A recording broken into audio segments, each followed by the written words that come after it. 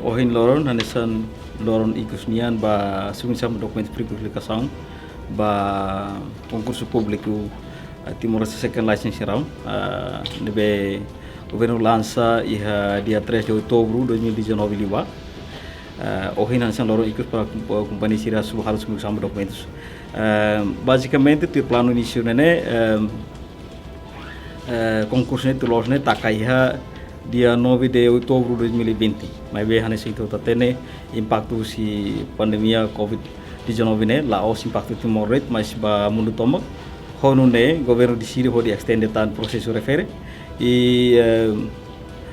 maio iha 2022 e hono né ohin takaba processo de submissão de documentos ba prequalificação significa que a companhia ser hatap ser documentos mai hono bele itahalo avaliação kata companhia né e haruni capacidade técnico e experiência técnica do que lá e sire capacidade financeira que lá o neve sire bele concorre ba processo bidding.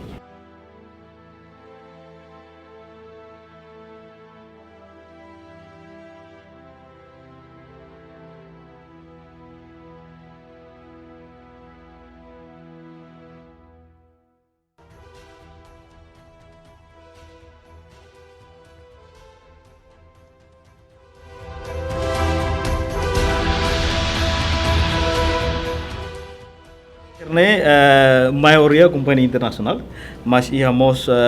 companhia nacional, se não para qualificar ona companhia serve maioria companhia internacional e companhia serve balão ou halo operação tinha ini railaran balão foi maktama e além de né